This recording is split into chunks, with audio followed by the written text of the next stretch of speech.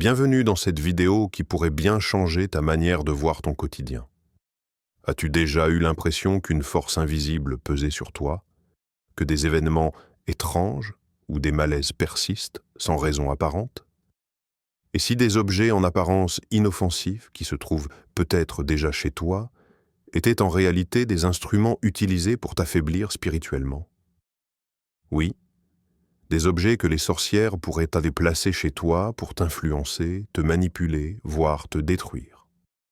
Dans cette vidéo, je vais te révéler 7 objets que tu ne soupçonnes même pas et qui pourraient détruire ta paix intérieure, ta relation avec Dieu et ta vie spirituelle. Prépare-toi à découvrir comment ces objets, pourtant simples, pourraient être en train de jouer un rôle silencieux dans ta lutte contre les ténèbres. Reste bien attentif, car après cette vidéo, tu ne regarderas plus jamais ta maison de la même manière. 1. Le miroir de la surveillance spirituelle. Il était une fois un homme, un chrétien fervent, profondément ancré dans sa foi. Chaque jour, il se levait pour prier, se consacrer au service de Dieu et veiller à rester dans la lumière de sa vérité. Un jour, un voisin qu'il connaissait à peine mais avec qui il entretenait une relation cordiale, lui offrit un miroir. Ce miroir a appartenu à ma grand-mère. Il a été transmis de génération en génération dans ma famille, lui expliqua-t-il, un sourire bienveillant sur les lèvres. Sans raison particulière, il accepta le cadeau, pensant qu'il s'agissait simplement d'un objet sans grande valeur. Il accrocha le miroir dans sa chambre, près de la fenêtre. Rien ne semblait suspect, et pourtant, dès ce moment précis, quelque chose changea. Au début, ce fut subtil. Il n'arrivait plus à trouver le sommeil aussi facilement qu'avant. Il se réveillait fréquemment, le cœur battant, en sueur, comme s'il était surveillé. Ses rêves devinrent de plus en plus confus, remplis d'ombres et de visages inconnus. Parfois, il avait l'impression qu'un regard insistant se posait sur lui, même dans l'obscurité de la nuit. Le lendemain matin, une étrange sensation de malaise persistait, comme si une présence invisible le suivait où qu'il aille. Il tenta de rationaliser ces événements. « Je suis peut-être juste fatigué. Ce n'est rien de plus qu'une coïncidence », se disait-il. Mais plus il tentait de se concentrer sur son quotidien, plus il sentait cette pression. Il se sentait constamment observé, même lorsqu'il était seul dans sa maison. Un inconfort grandissant, comme si une énergie étrangère envahissait son espace sacré, celui qu'il pensait protégé par ses prières et sa foi. Ce n'est que plus tard, en parlant avec un pasteur, qu'il apprit quelque chose de choquant. Ce miroir, bien qu'apparemment inoffensif, avait été utilisé dans des rituels occultes par l'ancienne propriétaire. Dans le monde ésotérique, certains miroirs ne sont pas simplement des objets décoratifs ou pratiques, ils sont considérés comme des portails spirituels. Des fenêtres entre le monde visible et invisible, permettant à des esprits et des forces d'entrer dans la réalité d'un individu. Le pasteur, après avoir écouté son histoire, lui expliqua que certains objets peuvent être chargés spirituellement, non par leur forme ou leur fonction, mais par les intentions et les pratiques auxquelles ils ont été soumis. Le miroir était un lien, une porte invisible entre son monde et des ténèbres qu'il n'avait jamais soupçonnées. Le chrétien était bouleversé. Il comprit alors que tout objet dans sa maison n'était pas nécessairement neutre. Loin de là. Dans le royaume spirituel, il n'existe pas de zone grise. Tout ce qui entre dans notre vie a un impact, qu'il soit visible ou invisible, conscient ou inconscient. Tout comme l'arche de l'Alliance portait la sainteté de Dieu, apportant bénédiction et protection à son peuple, certains objets peuvent porter des malédictions. Le chrétien doit garder son esprit vigilant, car ce qui semble anodin peut en réalité être un instrument d'oppression spirituelle. Ce miroir, qu'il avait placé dans sa chambre avec confiance, était désormais devenu une porte pour des influences malveillantes. Il se rendit compte que ses nuits troublées, ses pensées embrouillées, et son sentiment de présence étrange n'étaient pas des coïncidences, mais les conséquences spirituelles d'un objet imprudent. Dès lors, il décida de prendre des mesures. Il pria, demanda à Dieu de briser toute malédiction liée à ce miroir, et avec foi, il le retira de sa maison. Mais une question restait en lui. Et si des objets dans sa maison servaient à surveiller son esprit, à miner sa paix spirituelle sans qu'il s'en rende compte? Il n'était plus sûr de rien. Il commença à examiner chaque objet avec plus de discernement, comprenant qu'aucune chose n'était simplement matérielle ou sans conséquence. Même les choses qui semblent être des cadeaux innocents peuvent être des portes ouvertes à des forces invisibles. Ainsi, cette expérience devint une leçon de vigilance spirituelle. Chaque chrétien, face à son quotidien, doit réaliser que tout objet, aussi insignifiant qu'il puisse paraître, peut porter des influences invisibles. Les objets ne sont pas que de simples éléments décoratifs ou utilitaires. Ils peuvent aussi être des relais spirituels, des instruments d'oppression ou de protection, selon leur origine et l'esprit qui les accompagne. Nous devons, en tant que chrétiens, faire attention à ce qui entre dans nos maisons et dans nos vies, car le royaume spirituel ne fait pas de distinction entre ce que nous considérons comme inoffensif et ce qui peut nous nuire. L'histoire de ce miroir n'est pas simplement une histoire isolée, c'est une leçon pour tous ceux qui souhaitent vivre en paix dans la lumière de Dieu. Un appel à ne pas négliger les petites choses. La vigilance, la prière et le discernement sont les armes de ceux qui veulent garder leur cœur, leur esprit et leur maison sanctifiés dans la présence de Dieu. 2. Le collier de l'attachement démoniaque. Le Seigneur dit « Ce que tu portes sur toi, lie ton âme ou la libère. » Il y a des objets qui, bien qu'ils semblent inoffensifs, peuvent devenir des chaînes invisibles autour de ton âme. Des bijoux que tu portes avec insouciance, des colliers que tu as peut-être trouvés, reçus en cadeau ou simplement achetés, mais qui, en réalité, sont bien plus que de simples ornements. Ils sont des instruments, des liens, des chaînes qui te rattachent à des forces que tu n'as pas choisies. Que dis-je? Ils t'attirent dans des abîmes que tu ne vois pas encore. Il est écrit dans la parole de Dieu, « Ce que tu portes sur toi, lie ton âme ou la libère. » Tu portes peut-être un collier, que ce soit un cadeau d'un ami ou un bijou trouvé par hasard, mais sache ceci, l'âme humaine n'est jamais neutre. Ce qui touche ton corps, ce que tu acceptes de porter, peut soit sanctifier, soit détruire. Tu crois être protégé. Tu penses qu'un simple collier n'a aucune influence. Mais tu n'as pas vu l'effet qu'il a sur ton esprit.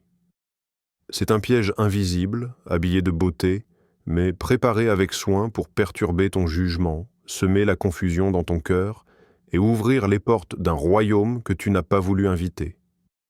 Beaucoup portent des bijoux qui ne sont pas bénis mais maudits, des colliers enchantés, des pierres imprégnées de malédictions invisibles, des talismans déguisés en ornements mais chargés de puissance démoniaque. Les esprits familiers, ces entités qui cherchent à prendre pied dans ta vie, sont attirés par de tels objets. Chaque fois que tu portes ce collier, tu leur ouvres une porte. Ce n'est pas qu'un accessoire. C'est une invitation silencieuse. Un message non dit mais clair. Entrez, faites de moi votre habitation. Et ainsi, chaque nuit, chaque moment où tu te retrouves dans la solitude, ces esprits tournent autour de toi, chuchotant dans ton oreille, perturbant tes pensées, troublant ton cœur. Tu te sens fatigué, abattu, comme si quelque chose t'échappait. Tu commences à douter de toi-même, à perdre ton discernement, à ne plus savoir ce qui est bien ou mal, et tout cela, subtilement, à cause d'un bijou. Ce n'est pas la volonté de Dieu que tu sois sous l'emprise de telle force. Il a dit, Dieu ne t'a pas donné un esprit de peur, mais de force, d'amour et de sagesse. Pourquoi alors la confusion? Pourquoi cette peur persistante qui te fait douter de sa protection? Pourquoi ce sentiment constant de ne pas être seul, de ne pas être en paix? Parce que tu as permis à l'ennemi d'avoir un pied d'eau dans ta vie, par des objets qui n'étaient pas bénis. Je te dis aujourd'hui, lève-toi et détruis ce qui a été préparé pour t'attacher à l'ennemi. Ne laisse pas un simple collier devenir un outil d'oppression. Ce qui semble inoffensif à tes yeux peut être une corde invisible qui te lie à des puissances obscures. Ce que tu portes peut être un fardeau que Dieu ne t'a pas voulu. Lève-toi dans la prière et demande au Seigneur de briser chaque chaîne, chaque lien maléfique, chaque sortilège que ce collier ou tout autre objet maléfique a pu attirer sur toi. Tu dois comprendre une chose essentielle. La guerre spirituelle ne se livre pas seulement dans les prières. Elle se livre aussi dans le monde matériel, là où l'ennemi cherche à infiltrer ta vie de manière subtile. L'âme humaine est précieuse, et elle peut être protégée par l'Esprit de Dieu ou captive des ténèbres, selon ce que nous permettons de pénétrer dans nos vies. As-tu examiné ce que tu portes autour de ton cou? Ce collier que tu portes avec confiance? Ce bijou que tu as peut-être reçu comme un cadeau de quelqu'un dont les intentions ne sont pas pures? Si tu ressens un malaise, si tu es en proie, troupeau, à une confusion spirituelle, si ta vie semble entrer dans un cycle de malheur ou de perturbation, examine ce que tu portes. Cela peut être l'instrument de l'ennemi, ce qui le rend plus proche de toi que tu ne l'imagines. L'heure est venue de briser ce lien. Lève-toi, ô enfant de Dieu, et prends autorité sur ce qui t'oppresse. Prie pour que Dieu te libère de toutes ces chaînes invisibles, qu'il brise chaque sortilège et toute malédiction attachée à ce bijou, et qu'il te restaure dans sa paix. Car il est écrit, « Où est l'Esprit du Seigneur, là est la liberté. » Tu es appelé à vivre libre, sous la protection divine, loin des pièges de l'ennemi. Que ton cœur soit léger, car Dieu te donne la sagesse et la force pour détruire tout ce qui t'enchaîne. Il t'a donné un esprit de puissance, d'amour et de sagesse. Alors use de ces dons pour reprendre ton autorité et éloigner toute œuvre des ténèbres de ta vie. Troisième, la poupée d'influence émotionnelle. Dans le monde spirituel, tout ce qui touche à l'humain a un pouvoir particulier. Le corps humain, façonné à l'image de Dieu, est unique, vivant et animé par l'Esprit de Dieu. Tout ce qui imite cet être humain, sans posséder la même vie spirituelle, peut devenir une porte d'entrée pour des influences spirituelles négatives. Ce principe est essentiel pour comprendre l'impact que peuvent avoir certains objets dans ta vie, en particulier ceux qui prennent la forme d'une représentation humaine. Une poupée, une figurine, ou même une statue de type humain peut sembler inoffensive. On les trouve souvent dans les magasins de décoration ou comme objets de collection. Mais dans certaines pratiques occultes, ces figurines ne sont pas simplement des objets décoratifs. Elles sont utilisées comme des instruments puissants de manipulation émotionnelle. Loin d'être de simples jouets ou figurines, elles servent de support pour les forces invisibles, permettant aux esprits de pénétrer la vie de la personne qui les possède. Les sorcières et praticiens de l'occulte utilisent des représentations humaines pour transférer des énergies spirituelles, manipuler les émotions ou drainer l'énergie vitale d'un individu. Ces objets sont parfois utilisés pour canaliser la souffrance ou la volonté d'une personne sur une autre, souvent de manière subtile mais pernicieuse. La figurine, ou la poupée, devient ainsi un canal, une interface entre le monde spirituel et le monde matériel. L'esprit de l'objet, dans l'esprit des occultistes, peut être activé pour influencer celui qui entre en contact avec lui. Le danger réside dans la manière dont ces objets sont intégrés dans ta vie. Tout comme un objet béni peut servir de sanctuaire pour l'Esprit de Dieu, un objet chargé d'énergie impure peut devenir un point d'entrée pour l'ennemi. Souviens-toi de ce que dit la parole. Dieu a soufflé la vie dans l'homme. L'être humain est une création divine, animée par l'Esprit de Dieu, tandis que tout ce qui ne possède pas cette vie reste inerte. Les idoles, ces figurines et poupées qui imitent l'humain, sont décrites dans la Bible comme « sourdes et muettes ». Psaume 115, 5. Elles n'ont aucune vie spirituelle en elles-mêmes, mais elles peuvent servir de réceptacle pour des esprits impurs, des forces démoniaques qui cherchent à s'ancrer dans notre réalité. L'ennemi sait qu'il ne peut pas pénétrer directement dans ton esprit ou ton cœur sans ta coopération. C'est pourquoi il commence par s'installer dans les lieux les plus intimes de ta vie, dans ta maison, dans ton environnement quotidien, sous forme d'objets charmants mais potentiellement piégés. Une figurine qui semble innocente ou un cadeau décoratif peut rapidement devenir une arme spirituelle contre toi, drapée sous une apparence innocente. Ce n'est pas seulement l'objet lui-même qui est dangereux, mais ce qu'il représente et l'influence spirituelle qu'il peut exercer. Tu as peut-être remarqué qu'une figurine étrange ou une poupée attire ta curiosité. Au début, c'est peut-être un simple désir esthétique, où tu as trouvé ce cadeau trop mignon pour le laisser passer. Mais peu à peu, quelque chose change. Tu te sens épuisé intérieurement, comme si quelque chose t'échappait. Des pensées confuses, des émotions négatives ou un sentiment de mal-être surgissent sans raison apparente. Ces objets, loin d'être simplement décoratifs, peuvent pomper ton énergie spirituelle, créant un vide en toi. Tu t'épuises à essayer de comprendre pourquoi tu te sens ainsi, pourquoi une simple figurine semble affecter ton humeur, tes pensées et ton énergie. Le problème, c'est que tu ne vois pas toujours la source. Tu n'as pas conscience de l'impact qu'un objet aussi insignifiant peut avoir sur ton esprit et ton âme. En vérité, l'ennemi commence souvent par des moyens subtils. Il installe ces objets dans ta maison pour mieux influencer ton cœur et ton esprit. Le but est de te détourner lentement mais sûrement de ta paix intérieure et de ta relation avec Dieu. Chaque émotion perturbée, chaque pensée négative est un petit pas vers la confusion spirituelle. La figurine devient un outil de contrôle, qu'il s'agisse de manipuler tes émotions, d'affaiblir ta foi ou de t'attirer dans des cycles de pensée et de comportements destructeurs.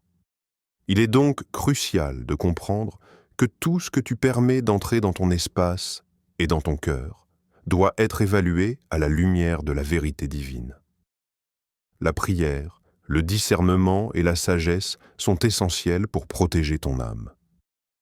Il n'est pas toujours facile de repérer les pièges, surtout lorsque ceux-ci viennent sous des apparences inoffensives. Mais souviens-toi, ce qui ne peut donner la vie, comme ces idoles muettes et inertes, peut, par la permission de l'ennemi, devenir un instrument de déstabilisation. Il n'est pas trop tard pour renverser la situation. Si tu as une poupée ou une figurine qui semble te perturber intérieurement, prends le temps de prier et de demander à Dieu de t'éclairer. Désapprouve l'influence spirituelle qu'elle exerce sur toi.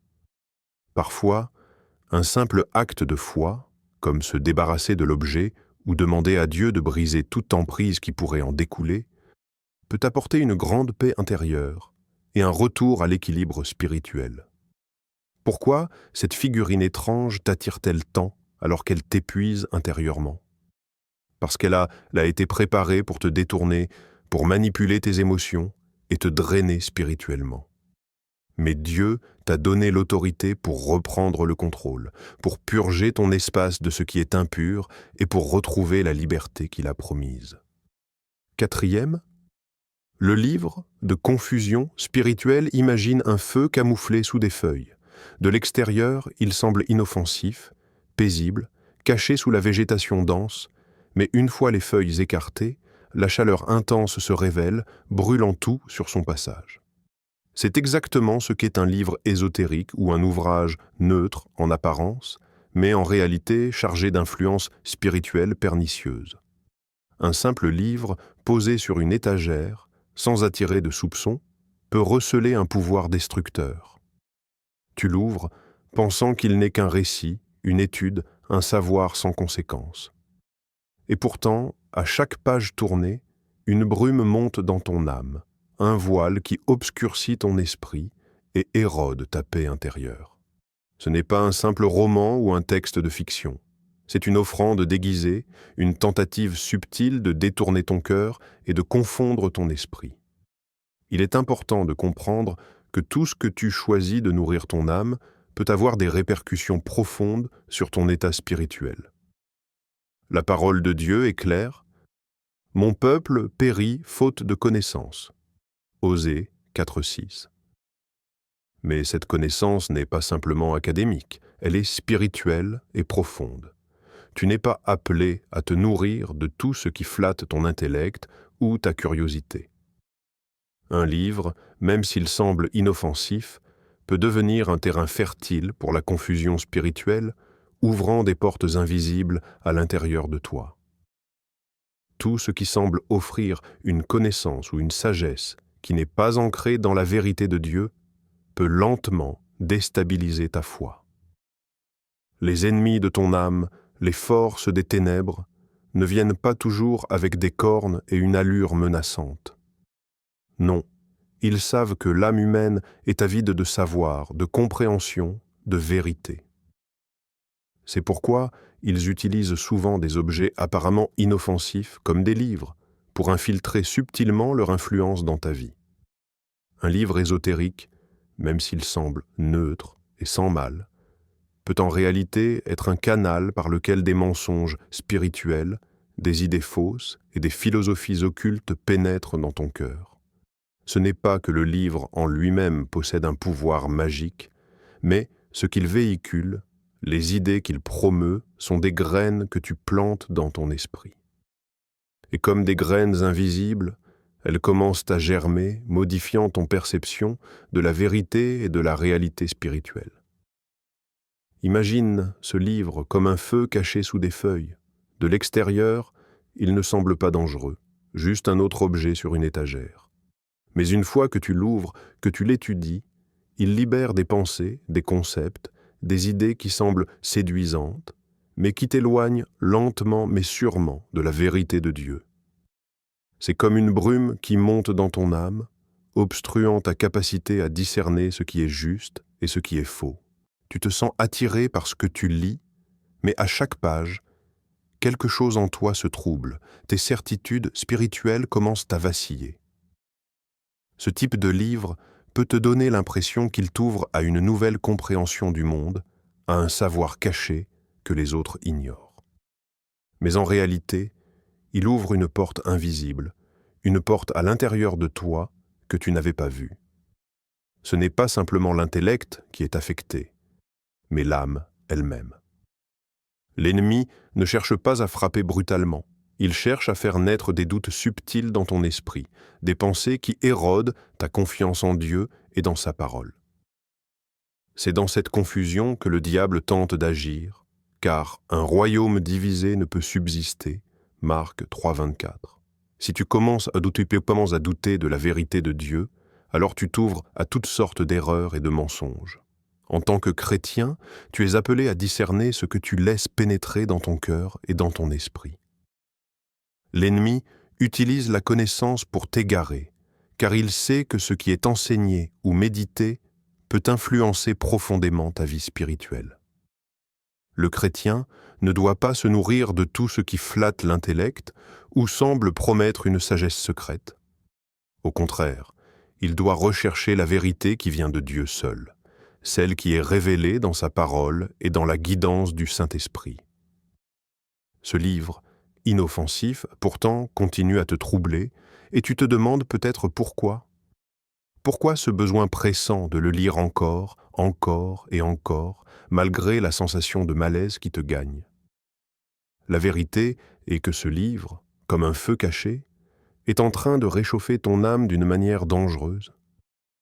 Il te fait douter de ce que tu sais être vrai. Il te lie, lentement mais sûrement, à des forces spirituelles qui te détournent de la vérité absolue. Il t'éloigne de ce qui est pur, de ce qui est saint, de ce qui est conforme à la volonté de Dieu pour ta vie. Et si ce que tu lis ouvrait une porte invisible à l'intérieur de toi? Une porte vers la confusion, vers le doute, vers l'égarement spirituel. Chaque mot, chaque idée, chaque concept que tu laisses pénétrer dans ton âme peut soit te rapprocher de Dieu, soit t'en éloigner. Il est essentiel de comprendre que tous les savoirs ne sont pas bons pour l'âme. Il est de ta responsabilité de filtrer ce que tu consommes spirituellement et intellectuellement. Que ton cœur, ton esprit et ton âme Sois purifié de tout ce qui pourrait t'égarer, et que seule la vérité de Dieu te nourrisse et te guide dans ta vie. L'encens de l'invocation silencieuse. Chers frères et sœurs, écoutez bien ce que je vous dis aujourd'hui. Certains parfums que vous accueillez chez vous ne sont pas simplement des odeurs agréables. Non, ils portent en eux l'odeur d'anciens autels païens, des traces d'invocations qui ne sont pas vers notre Dieu. Ces bâtons d'encens, ces parfums soi-disant apaisants, sont des outils puissants de l'ennemi, des instruments spirituels qui, silencieusement, transforment l'atmosphère de votre maison. Chaque fois que vous les allumez, une invocation monte, mais ce n'est pas vers Dieu. Non, c'est vers des puissances étrangères qui cherchent à établir leur emprise sur votre âme. Tu vois, le chrétien n'est pas appelé à invoquer quoi que ce soit d'autre que Dieu, à élever des prières saintes et pures vers le Père céleste. Mais aujourd'hui, trop souvent, nous voyons des croyants ouvrir les portes de leur foyer à des objets et des pratiques qui appartiennent à un autre royaume.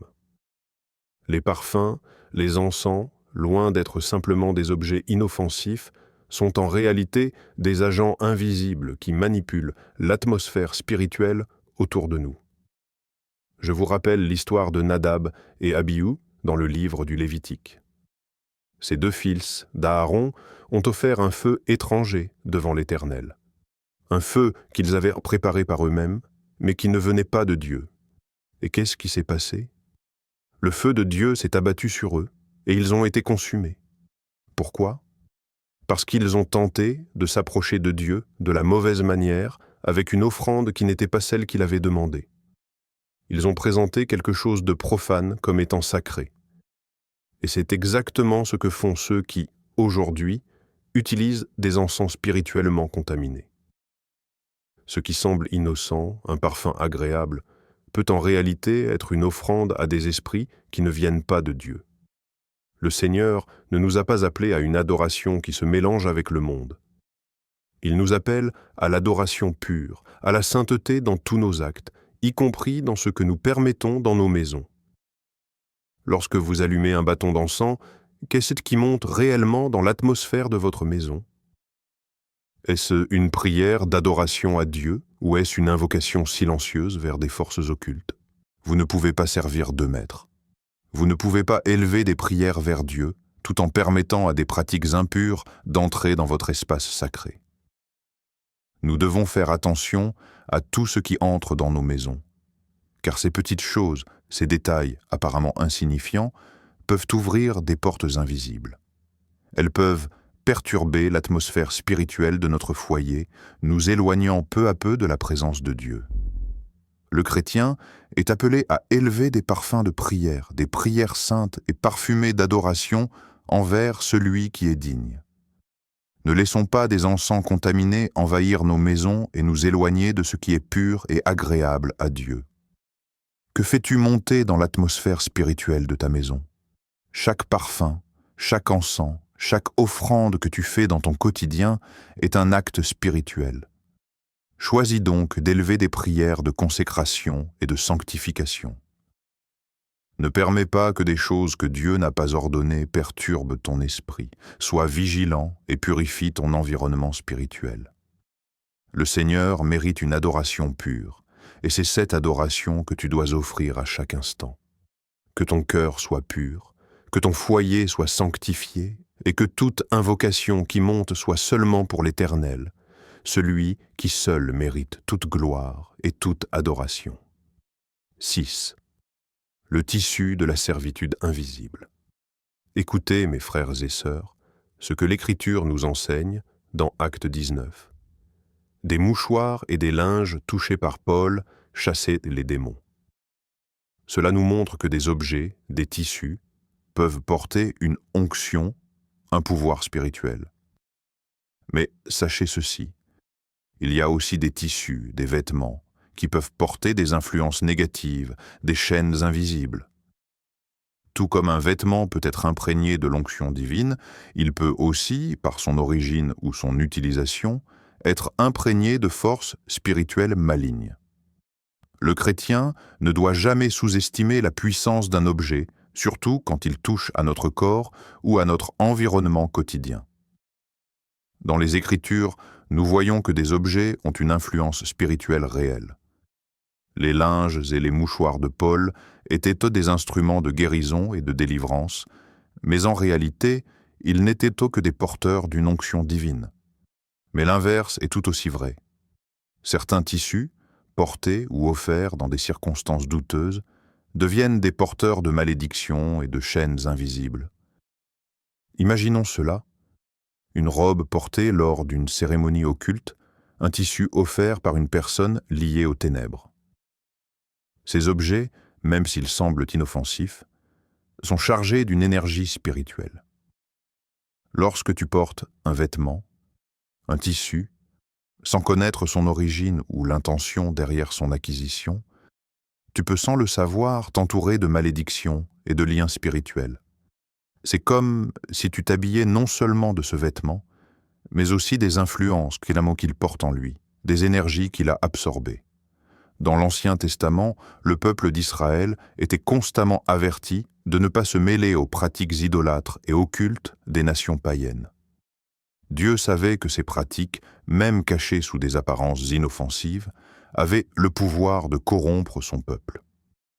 Lorsque le chrétien accepte des objets, des vêtements ou des tissus dans des circonstances douteuses, il ouvre une porte invisible à des forces qui peuvent perturber son âme, son esprit et sa relation avec Dieu.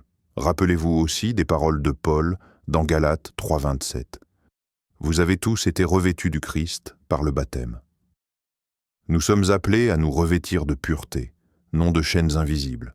Dans le Christ, nous avons un vêtement spirituel, celui de la justice, de la sainteté et de la pureté. C'est ce vêtement-là que nous devons chercher à porter. Ce n'est pas le tissu extérieur qui nous définit, mais la pureté intérieure que nous recevons de Dieu. Mais il est également important de se souvenir que ce que nous portons physiquement peut refléter ou même affecter notre état spirituel.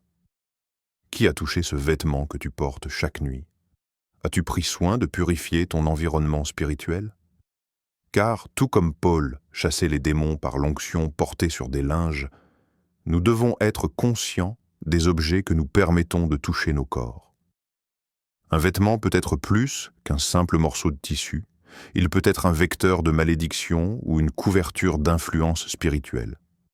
Soyons donc prudents et revêtons-nous de pureté, de lumière et de vérité, non seulement spirituellement, mais aussi physiquement, en discernant ce que nous permettons d'entrer dans notre vie.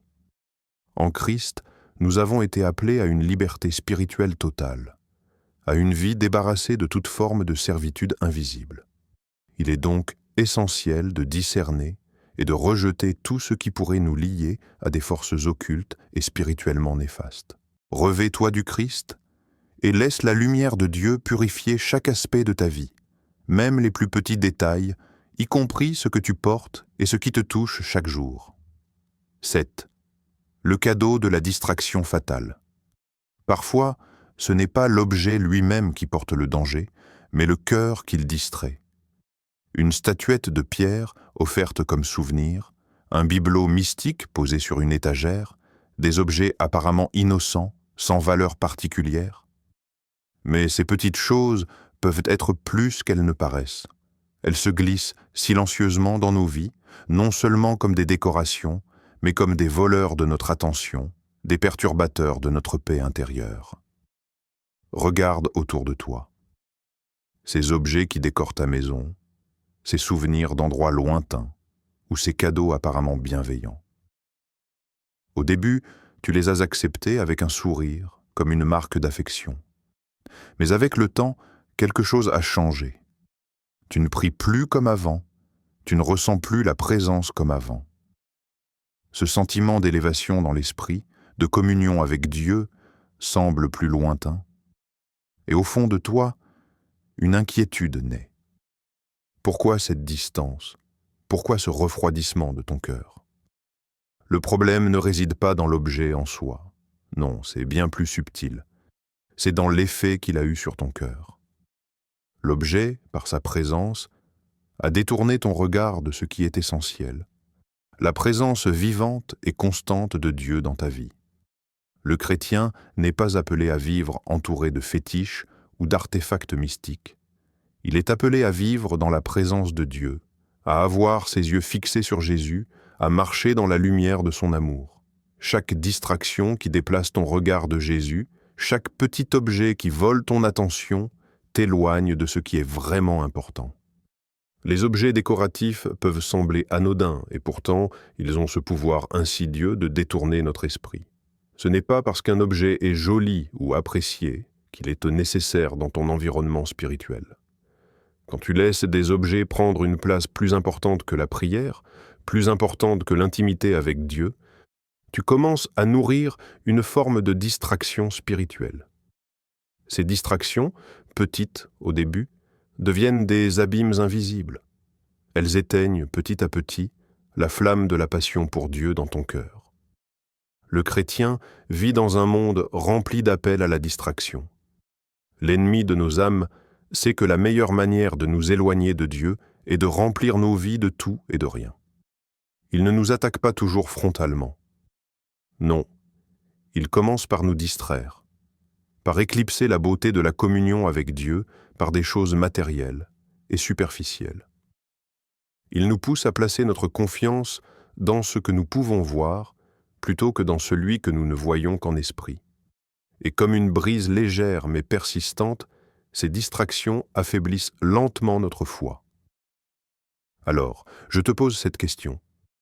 Et si ton environnement était en train d'éteindre ton feu? Que fais-tu face à ces distractions? Elles ne sont pas seulement inutiles, elles peuvent être fatales à long terme. Elles peuvent, sans que tu ne t'en rendes compte, refroidir ton amour pour Dieu, assécher ta vie de prière, éteindre la flamme de ta dévotion.